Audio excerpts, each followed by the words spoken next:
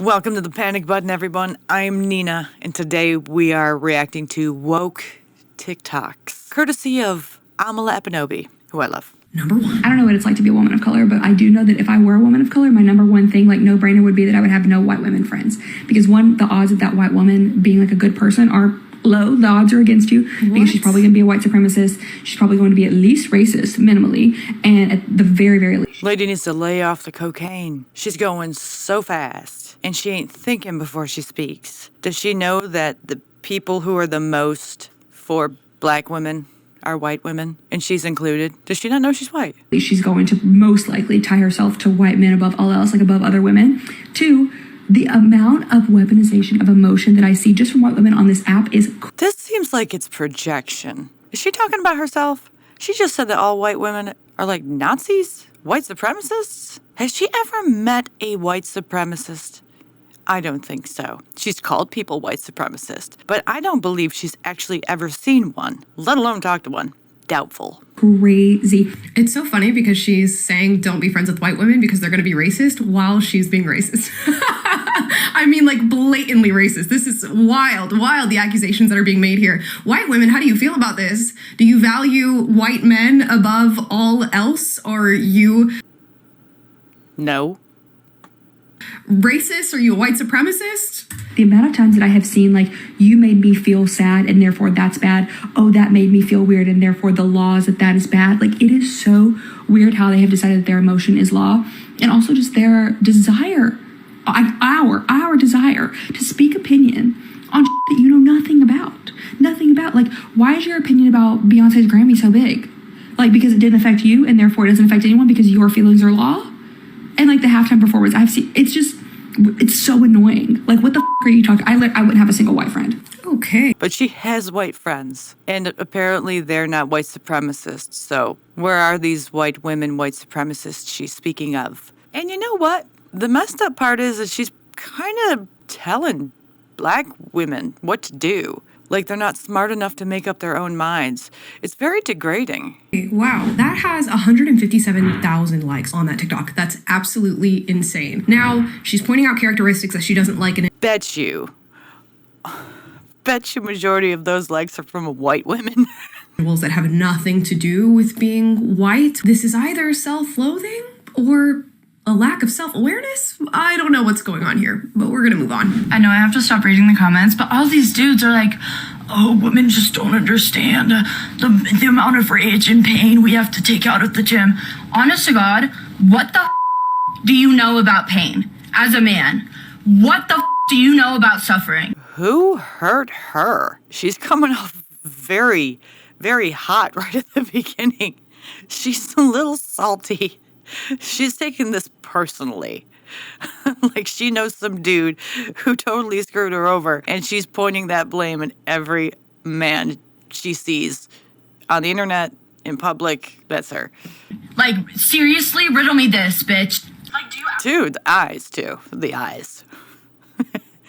When they bulge out of the head, that's a sign of something not right in the state of Denmark. Something's not right. Like, do you actually think in your fucking pea brain that the average man has had a harder life than the average woman? Do you really think that? Like, the whole fucking world is set up for y'all to succeed and get away with crimes. And what, you're still bitching and moaning? Get your together. What the is wrong with y'all? Like, oh my God. Here's the thing is, I kind of agree with her. Okay, kind of agree with her. Because there are guys out there in their mid to late 20s and in their 30s and sometimes in their 40s that are being babied by their mothers and they still live with them and they're totally fine with that. But they bitch about not having the life that they want while at the same time choosing to do things that lead them to the life they have. In a way, I kind of get it. It's become incredibly prevalent among young men to bitch about stuff and then not do anything about it. And then they end up becoming red-pilled, which all it does is make them just more aggressive towards women. But it doesn't change their circumstances because they don't do anything about their circumstances. When they become red-pilled, they just get more nasty, just from what I've seen. So Okay, so much anger.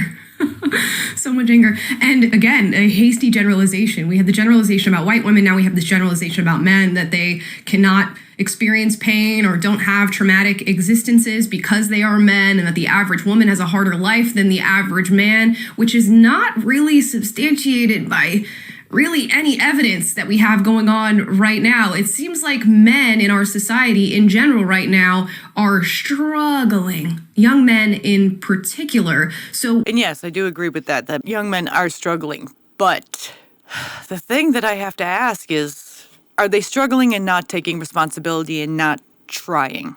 Are they just accepting their fate and whining and moaning about it? It just kind of seems like men nowadays, they're playing the victim card too. And as much as it does suck being a white man of today, I can understand that to a degree. They're not doing themselves any favors as well. To say about that pain and that trauma, and that it's not to exclude the pain and trauma of women or to say that one has it harder than the other. I think there's just different experiences for different people. And on an individual basis, we experience pain and trauma in all different types of ways. And this hatred that you feel towards men should probably be investigated. And I hate to be the person who says, not all men are horrible, but not all men are horrible. And in fact, many of them in large numbers are struggling right now. Now, what you attribute that to, I imagine she'd say patriarchy, but even still to completely discount. I don't think it's patriarchy. I think why men are struggling nowadays is because they don't have male figures to look up to. They're only looking up to their moms. Seems like a lot of them are more close to their moms than they are their fathers. And because of that, it's doing such a disservice to them because they're being raised like girls in a way. They're becoming, in their heads, victims. The good thing is that there are men to look up to. It's just, if you're on the left, there's none. If you're in the middle or not far-leaning leftist, there are men to look up to. But I don't think this is just a black and white thing. The pain and trauma that any person experiences, whether they're male or female, doesn't exactly make sense. And I don't know what the big gender battle is these days where we have to claim that one has it way worse than the other. It's really not helpful. It's not moving the needle. It's not getting us anywhere. And it certainly isn't helping to alleviate anybody's pain or trauma. So that's great. Maybe we'll get a less angry one on this next one. If you're not sure why this is happening, I can explain it to you. It's really simple. Why, what's White happening? people are throwing an epic tantrum, a death tantrum, right? Because the United States of America has always been a project in white supremacy. And then when after 200 years Barack Obama became president, white people lost their collective minds and attached themselves to Donald Trump. Right. And then they did it. And I'm talking about such a small minority of people. And I think that's part of the Trump derangement syndrome. And I don't really like to use that because it's so overused. But people think that because a black man became president, that a whole bunch of white people became more racist. That's not it at all. And isn't this guy white? It's almost like I'm seeing more anti-white people from white people than from any ethnic minority. So what's the deal with that? What's with all this internalized hate? Or you know what? Do they even hate themselves for being white, or do they just hate other white people that aren't them? Do they think that way of their friends, or do they get a pass because they believe the same stuff they do? Just questions. right. And then they did it and attached themselves to Donald Trump 2.0. So they hate black and brown people so much, and they got so fucking afraid of seeing someone. Who are these people that are hating? For real. I haven't seen people talking shit about any minority. They talk about criminals. They don't talk about minorities. None that I have seen. So where is this coming? It's almost like they're creating this shit in their heads, and they're listening to other people that think just like them, and they're creating something that's not even happening, and it's a big uproar over nothing.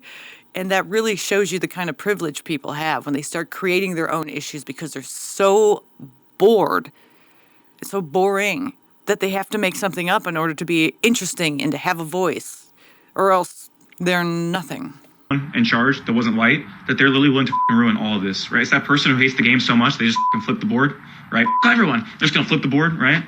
They're gonna take us all down because they hate black and brown people that much, and trans people, and women, and disabled people. So pretty much what he's saying is that white people hate all minorities, even if those minorities are white, like gay whites or trans whites. Are they included in the whites, or are they not included because they're minority? And can the white guys that you're bitching about just say they're trans and then they're in the minority too? Because I've seen that as well. So if you were to take the way that they think at face value and use their logic, any white person they're complaining about can identify into a class in which they can't bitch about them. They're just so all over the place. And disabled people. And Muslims. You know, you guys know the drill. I don't know the drill. I don't know what's going on right now. I said, you know why this is happening? What's happening?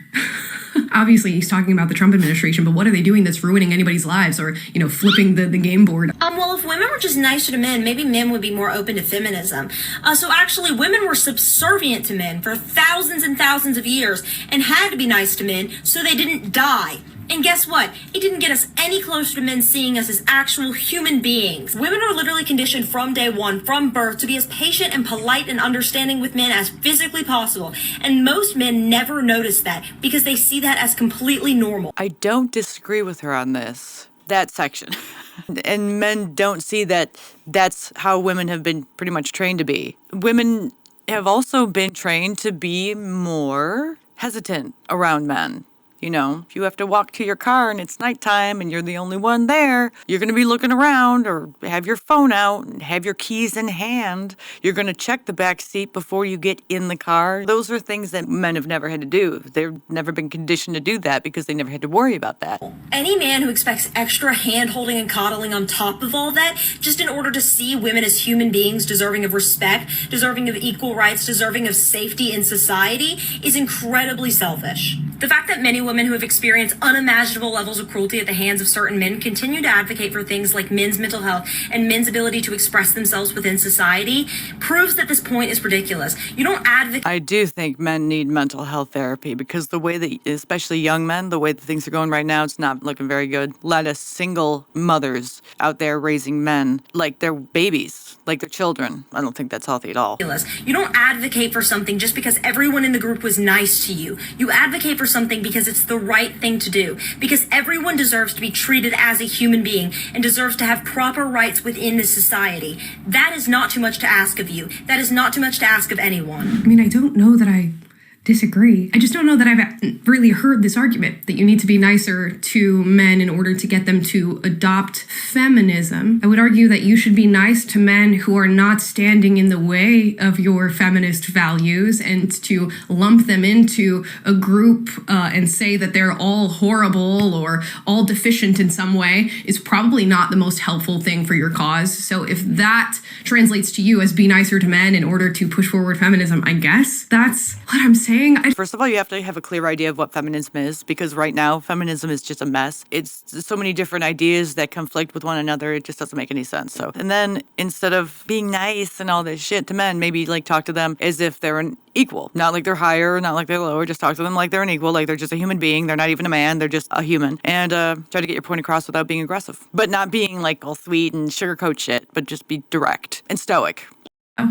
So let's close it out. If you take a week off of work and people are asking you questions because you are quite literally the only person that knows the answer at the company, you're not making enough. If you have to provide a coverage doc for work, if you are taking 1 day of PTO, if you have to meet with somebody prior to you going out of office for 1 day to make sure that they are able to continue doing your job and that nothing slips through the cracks for 1 day, you should be making $1 million a year minimum. What? That is insane. First of all, it all depends on what company. Depends on what job you have. If you're a low-tier employee, you should be making a lot more if you have that much responsibility on your plate, because that's a lot of fucking responsibility. So, blanket statements like this, you got to be a little bit more specific or you're just going to lose the crowd. Minimum. What? If your manager needs more than 2 weeks notice if you're taking off work for 1 day. Let's say you're taking a long weekend, you're taking off Friday. Why don't you just call in sick at that point? That's what we used to do. Just call in sick. Hey, got COVID, whatever. Just call in sick. Maybe you're even going to work in the morning and you're going to take the rest of the day off. You should be making $1 million a year. And what the frick does she make? Do you know $80,000 a year would be great? Would be fucking amazing for a lot of people. What the hell? $1 million a year? Where are you working? Or you are not getting paid enough money. What? Where is she getting the number $1 million? What if you're working at a company that isn't even worth $1 million? What? This makes absolutely no sense to me. I'm truly trying to think it through. I understand what she's saying. She's saying you're pivotal to the structure of the company and therefore you deserve to be paid more. Maybe just ask for a raise. If you are taking on more responsibility and you don't think you're getting paid enough, ask for a raise. Most women don't. Anyway, guys, subscribe to this channel, hit that like button, and I'll see you in the next one.